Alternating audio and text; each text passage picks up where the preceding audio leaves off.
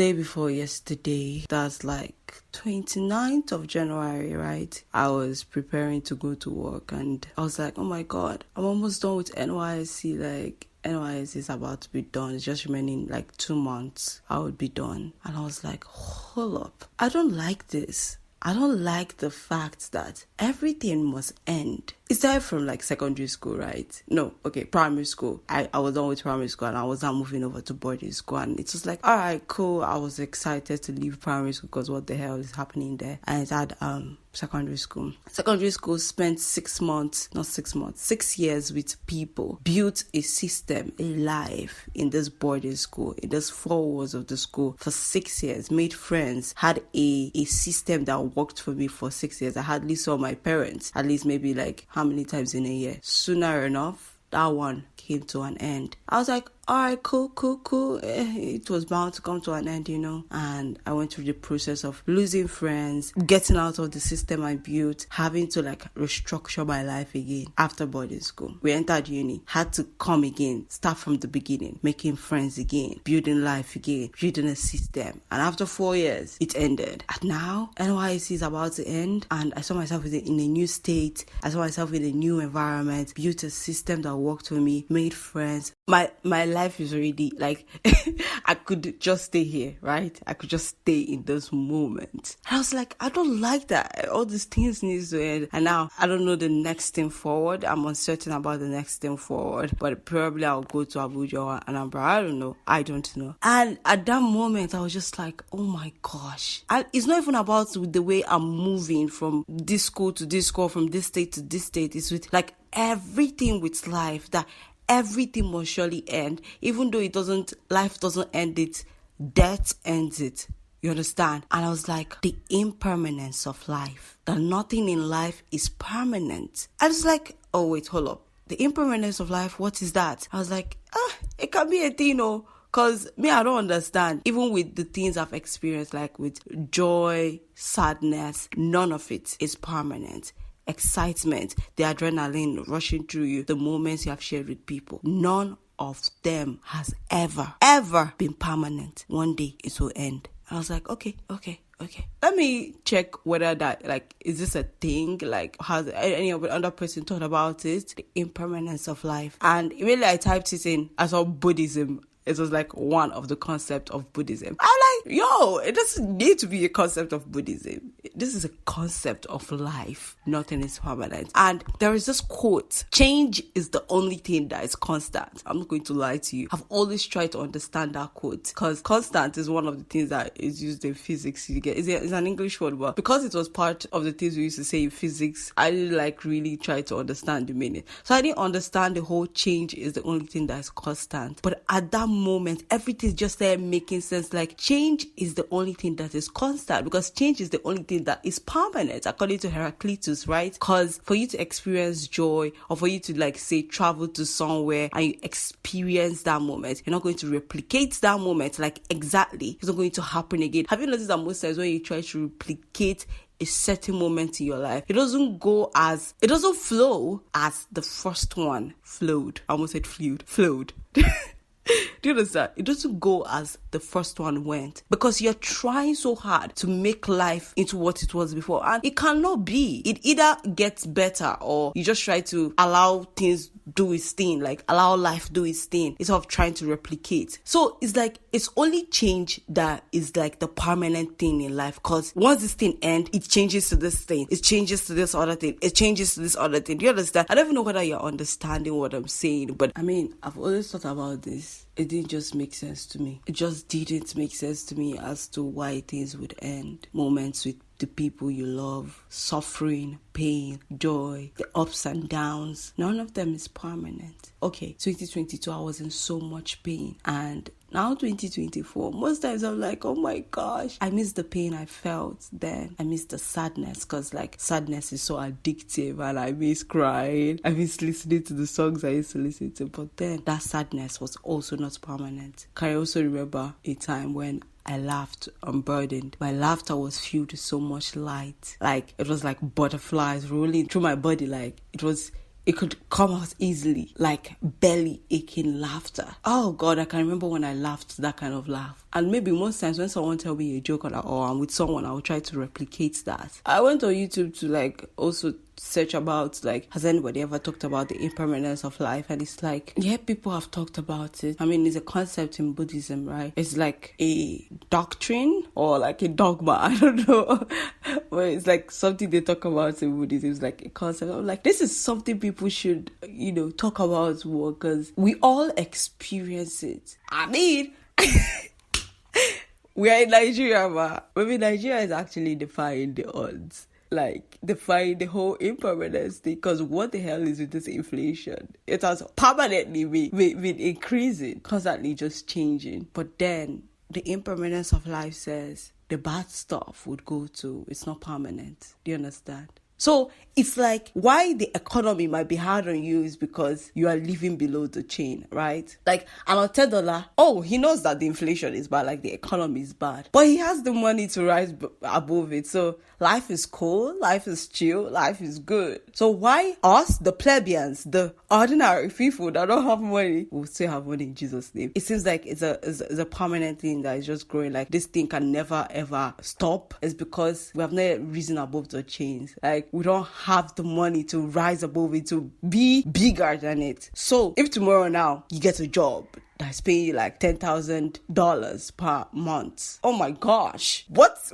You say inflation? Or maybe not $10,000, maybe like $20,000. Hello, what do you say is happening in Nigeria again? Like, oh yeah, fuel is expensive, but I shall just fuel my car today. Do you understand the irony? Yes, the system is flawed, but life has made you better at that moment. So it's still that impermanence. I want you guys to see my head, to see what's happening in my head right now. The economy is bad and you didn't have money before, but God has gifted you with money now. So the poverty has ended. Now the rich part has started. So it's still that impermanence flowing, right? Is that impermanence of life still flowing? It's like there is time to live, there is time to die, there is time for sadness, there is time for joy, there is time for this, there is time for that. So it's just like, I don't know whether to say yin yang, the good and the bad. They must surely coexist. They must surely intertwine. You don't know how good something is if you haven't felt the bad stuff. So life is like constantly serving it to you. Bad, good, ugly. Like feel everything at once. Even the rich cry because yes, they are rich, but impermanence. Like feel the bad stuff. Oh my God. I'm just trying so hard to help you understand. Life is not permanent. Life is so temporary. And it's not even about the mechanism of your breath going or you lacking oxygen. It's about the little things in life, the intricacies of life, the nuances of life, the smaller things in life. It cannot stay. Like, oh, that birthday that was the best. Do you actually think you can get it back again? My best birthday was in boarding school, 2018, 8th November. It was my best because I received a lot of gifts. Like the love was loving up. Like it was mad love. Like it was so beautiful to witness. You might say, oh, because you haven't gotten a community, but that love from people you have spent like 6 years of your life with, I haven't like experienced it. And it's not even for people I know. Yeah, I knew them as acquaintances, but they were not directly my friends, right? But they turned out for me. I haven't felt that in a long time. And I might feel it again, but right now life is like just chill. Chop your L and move on. Do you understand? It's like, life, why do you need to be like this? And it might be a consolation too, because even in as much as like, oh, the good things has to end, it's a consolation that the bad things would also end, because this is life. When there is life, there is hope. Hope is our wing out of a stormy gale. So life, stormy gale, but hope will rise. So maybe life might not be the stormy gale, but the impermanence of it is the hope, right? The fact that it is not permanent, it will not last forever. Like no condition. See this quote. Look, condition is permanent. It's like it will still end and the good stuff comes again. Might not be quickly, but still something good will like surely happen. And I feel like there has been like a trend of hacks. I mean life hacks to like maneuver out of the bad stuff. Like there's a trend of, oh, if you're having a bad day, do XYZ and you'll be better. The bad stuff is like part of it. So why do we want to go out of the bad stuff in order to feel better? The impermanence of life is like that bad stuff would end with or without your hack. Okay, this is me just thinking out loud because, nobody likes bad stuff, but we expect it to happen because it's like life. It's like, it's not like a bulldozer of good things or good things will just continue happening in a stretch. It's not as if you're thinking bad. It's not as if you're wishing bad upon yourself, but it's just bound to happen. It's just life. It's like a spell of good things, a sprinkle of good things, and then the sprinkle of bad stuff, the sprinkle of the ugly things. But then the good comes up again, it ends, the bad stuff comes up again, it ends, the ugly stuff comes up, it ends, the good comes, it ends. I might not be in this like very dramatic, exaggerated kind of like bad or kind of like good or kind of like ugly. It might just be like the tiny things. Maybe, for example, work. I did great at work today. Like I read the news without stuttering, without glitches. I'm like, yep, let's replicate that tomorrow. And tomorrow I'm reading news and like the R and L factor comes up, the CH and SH factor comes up, and it's like, but yesterday I did a great job, so what's happening?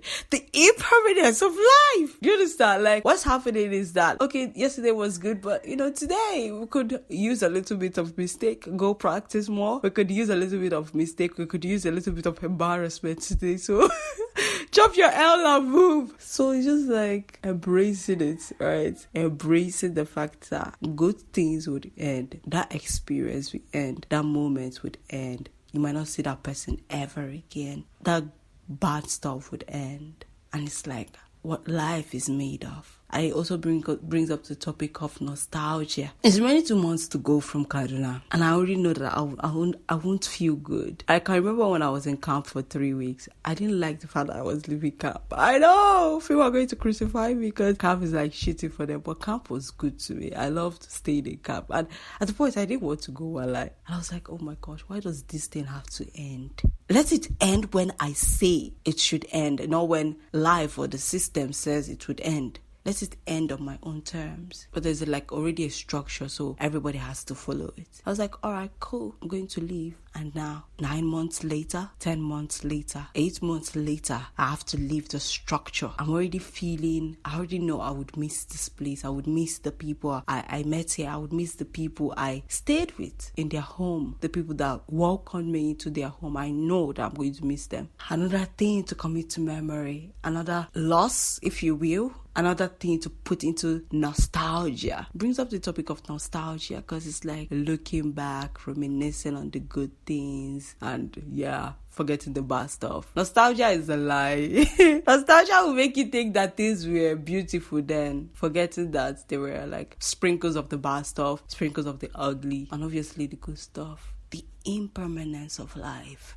I actually thought I formed that word because I was just doing things and I was like, my life no day permanent, so which kind of rubbish with this? I think I remembered one book I read, The Impossibility of Love, The Impermanence of Life. And I was like, oh, blimey, you just formed the word. Oh my God, you are such a genius. But babes, calm down. I went to Google. Google was like, Manuel, just parabole, calm down.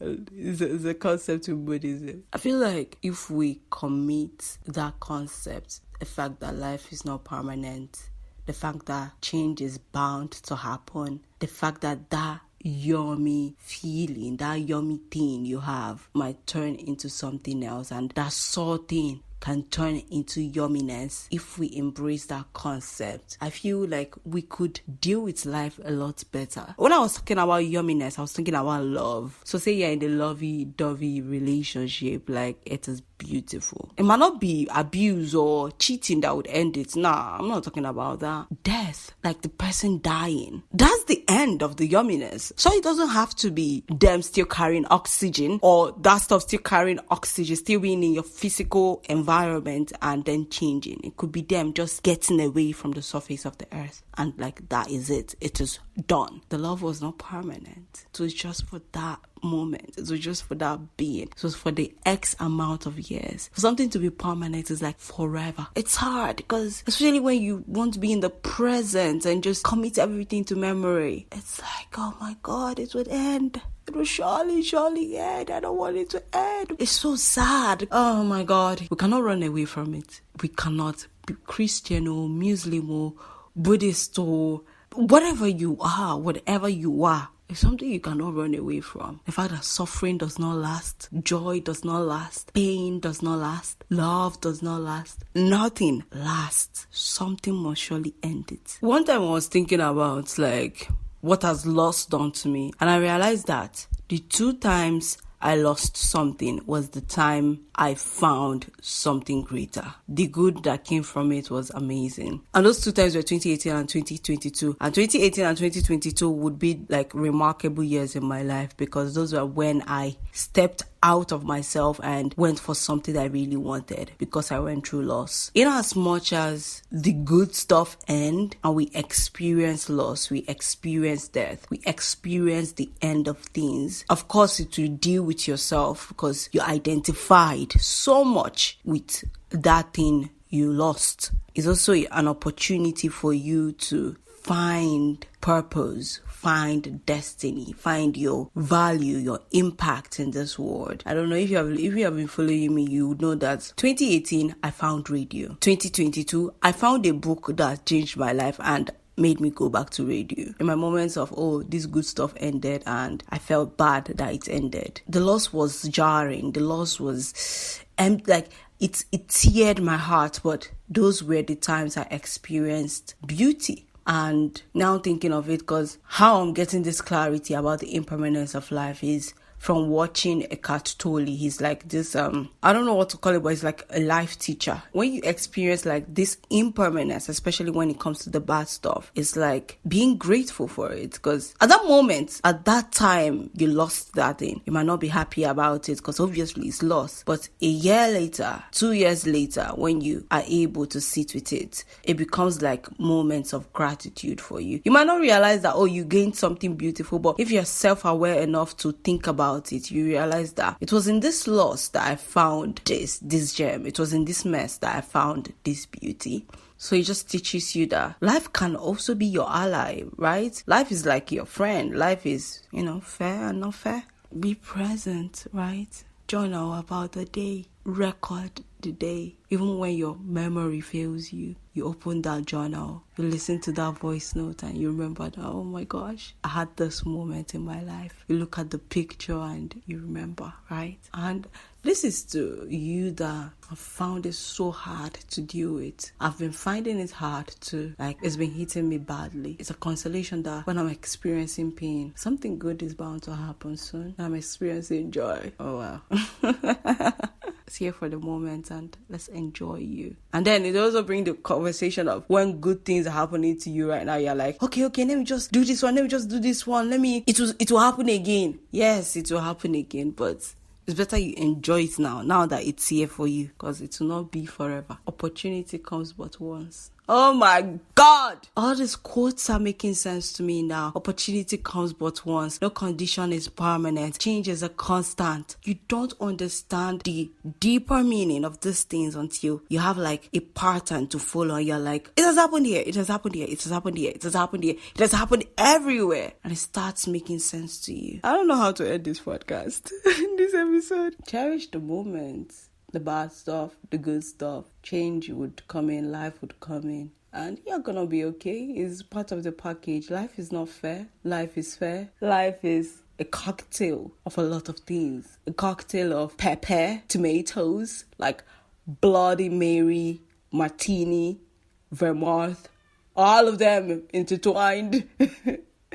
you just have a big slop and you're like, okay, I'm good. Enjoy your friendships, enjoy your parents, your family, enjoy the community you have, because you never know when it will end. You might think, oh, you have it forever, but do you? I don't think so. You don't. Cherish them. Enjoy it. If you're feeling sad, oh wow. Can't tell you when to heal. But one thing the impermanence of life says is like, the good stuff would roll by. I don't know when. And now I'm thinking about like sadness, depression, mental health. I mean, maybe that might just be a whole other conversation when it comes regarding, the impermanence of life. Maybe if you go to therapy or take drugs that'll make you feel better, it's like kind of like makes sense, right? But I don't want to speak on like that broader spectrum, because it's like actually broader, and I am no psychologist. Life is a beautiful mess.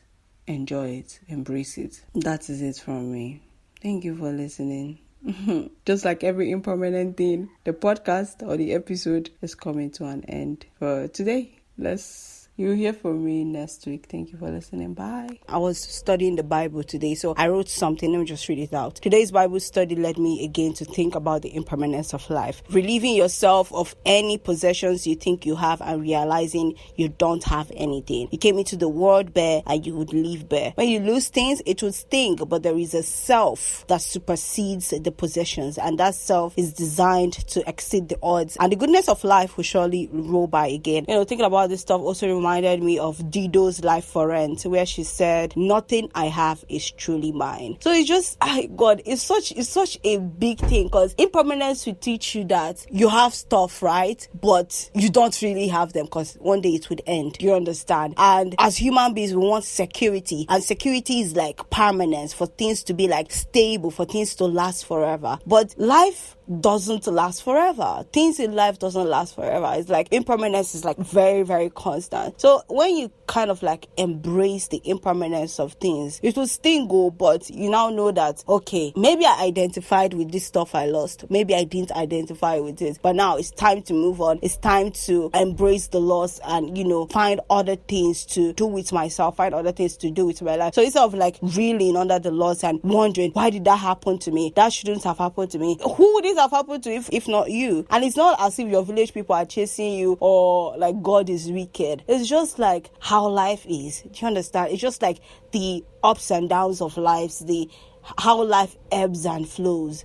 So it's like, okay, I lost that thing, but there's a very big capability to, do more. At that point, the loss would have been so intense that you couldn't even it felt so intense that it wanted to choke you, right? Later on, it's like, I'm here and I exceeded the odds. I went through that loss.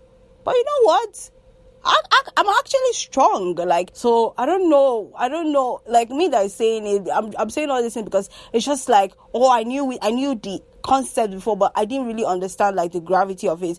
Even in Christianity, even in Buddhism, everywhere they talk about it, and it's like, why is it not being talked about more? Because I feel like when we talk about these things and embrace it, it's like things like suicide might not be prevalent anymore. Do you understand? Suicide might not be big. You will go through the emotions of depression, of whatever, but then you realize that it's just for that moment. It's just for that while. It's just for a year. It's just for 2 years. One day it will just reduce in its intensity. One day it will just calm down a little bit.